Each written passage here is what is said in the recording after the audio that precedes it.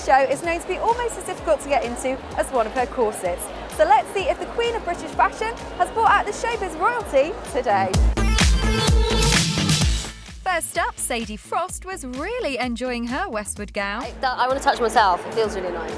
Okay, but she told us that Madam Westwood is more like Aunt Viv to her, really. I called her up a few months ago to get a photograph for my blog that I'm doing for Harper's Bazaar, and I just called her up like she was my aunt. I was like, can I come around for tea? She's like, yeah, love, yeah, you can come over. And I was like, oh, you know, she's just great, she's amazing. Close friend Tracy Emin told us there's a lot more to Vivienne than just fashion.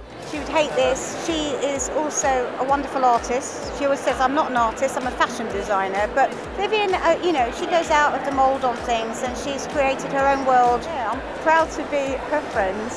And Strictly Come Dancing contestant Nancy Dell'olio suggested Westwood might even give her a run for her money on the dance floor. Can Vivienne dance? I think so, she can dance. She's so elegant, she's danced, whatever, she's creative, I think she can dance. With friends who can't show her enough love and clothes that just get better and better, all that's left for us to say is God bless Queen Vivienne.